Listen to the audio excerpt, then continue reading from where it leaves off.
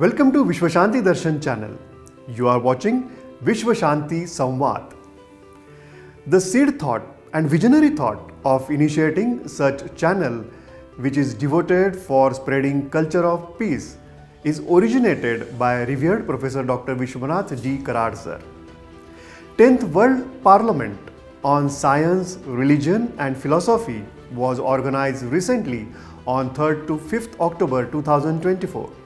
Many eminent personalities were present to share their thoughts.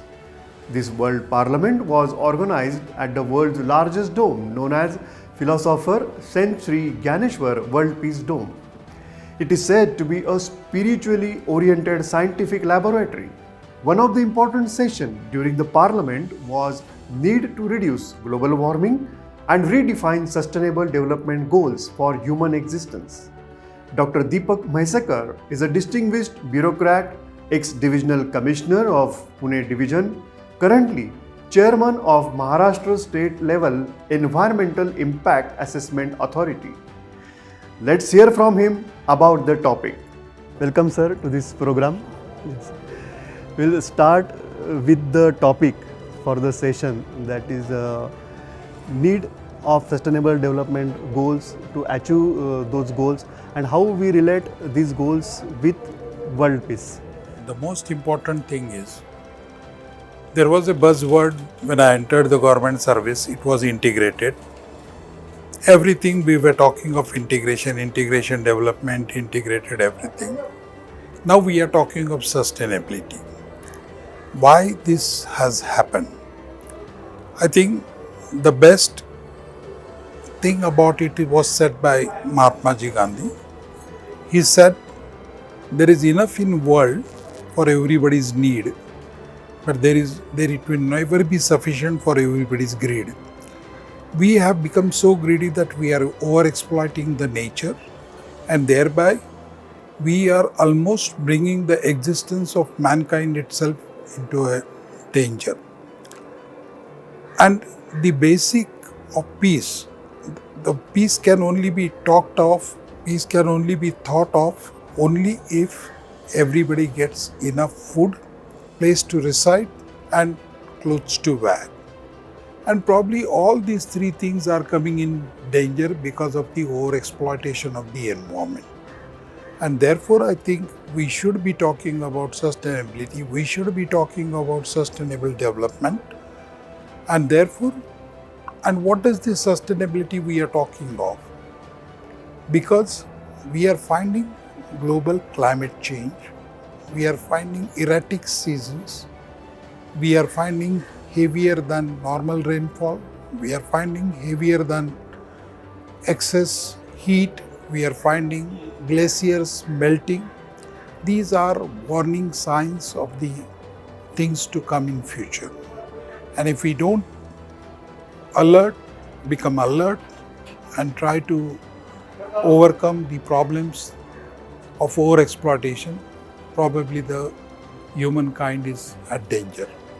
Apart from these natural calamities, you talked about over-exploitation, but are there any remedies or can we work in that direction so that for next 100 years we can actually save all those things? In fact, this sustainability issue or global warming was seriously talked about after 1960s.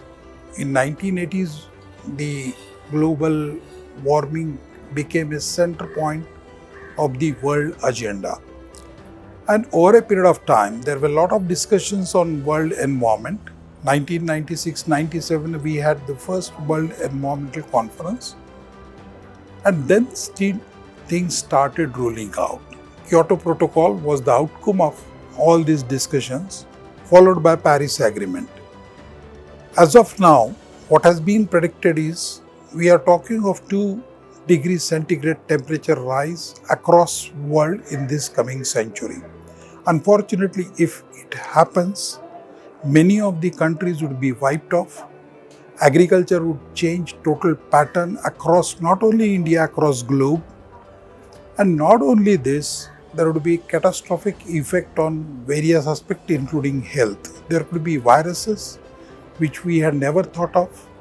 There could be extinction of species which we had never thought of, and same thing about the plants as well. And therefore, it's high time we should be talking about it.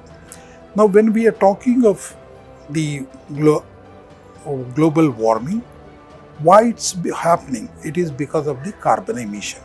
And carbon, we talk of carbon emission, but in toto it is the greenhouse gases, which includes methane, nitrous oxide, chlorofluorocarbons, and these are having different global warming potential. In fact, they have more than carbon.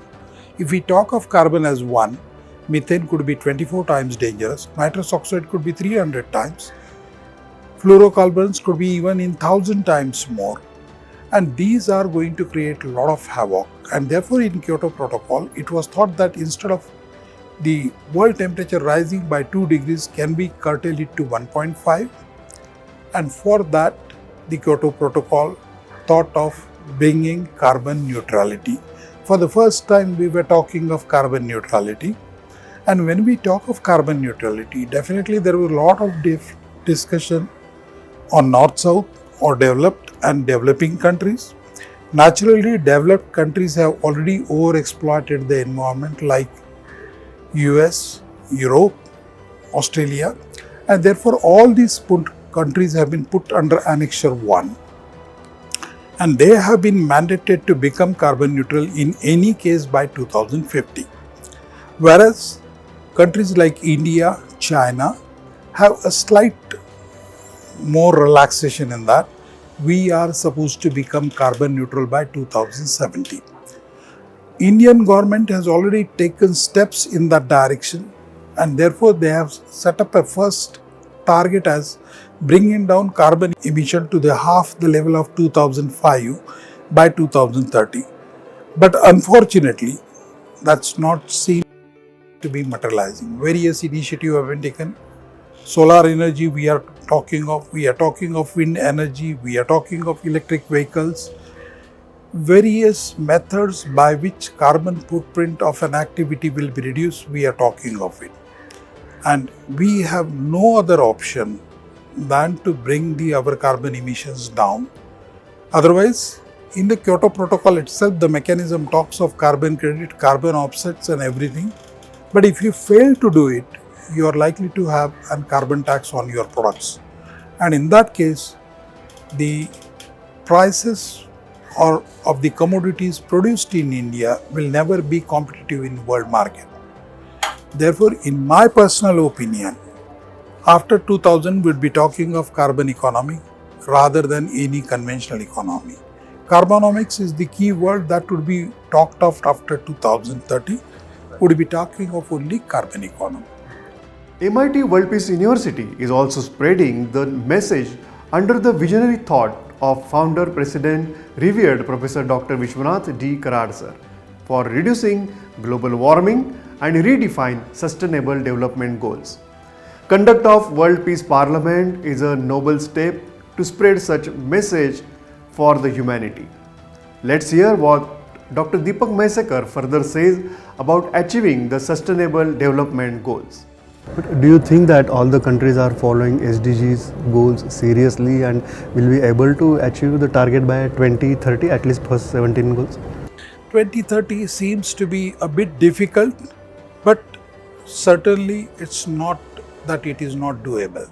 We can, we should, and we will.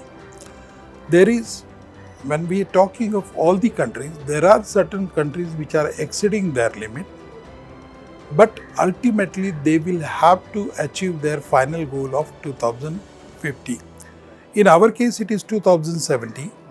The various studies that have been carried out, they predict that the carbon emissions in India may peak at 2040, and from there onwards it will gradually go down.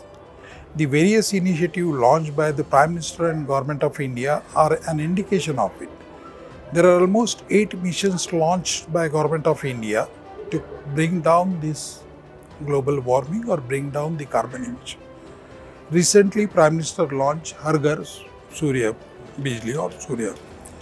So we are talking of power which is produce non-fossil fuel, that is we are talking of eradication of petrol and diesel, and we are talking of maximum solar power, a renewable power source that can be used. Clarion call for this parliament is saying or stating, will humanity will be able to see the end of the 21st century? So maybe the environmental reasons may be related to peace, maybe related to wars. So what do you think? Because of all these reasons, will the humanity will see the end of the 21st century? We should not be expecting that, but we don't know what way it will go. The type of conflict that is escalating in Middle East is an indication of the things to come. Because for various reasons, across the globe, there had been warring factions, there had been two groups or two bipolar world, as we used to call it. And the only way is peace. I think Mahatma Gandhi, what he said is more important in today's context. Everybody has everything except time. They want everything to be done in a minute, in a second, in some time. And that is what is creating this mad rush or rat race we are finding out. And this will be bringing a doomsday for mankind. So the best thing is we must accept what Dnyaneshwara said, what the other philosophers like Tukaram Maharaj said. He talked of Sergei Soirev, that is the plantation being his friends. He knew that philosophy. Every philosophy talks of recycling in the world. And no, never, ever we should think of over-exploitation. And peace will only come if there is equitable distribution of assets. And if that assets are not equitably distributed, there is going to be conflict and there is going to be war, and that would ultimately lead to the end of the world. We only can hope and pray that this doesn't happen and the man or the humankind realizes it soon and tries to adopt the ways and means of living within his earnings or his livelihood. You rightly said, and we should rethink what our ancient philosophers and saints said. They have taught us. Thanks for this interaction, sir. Thanks for talking with us. Thanks.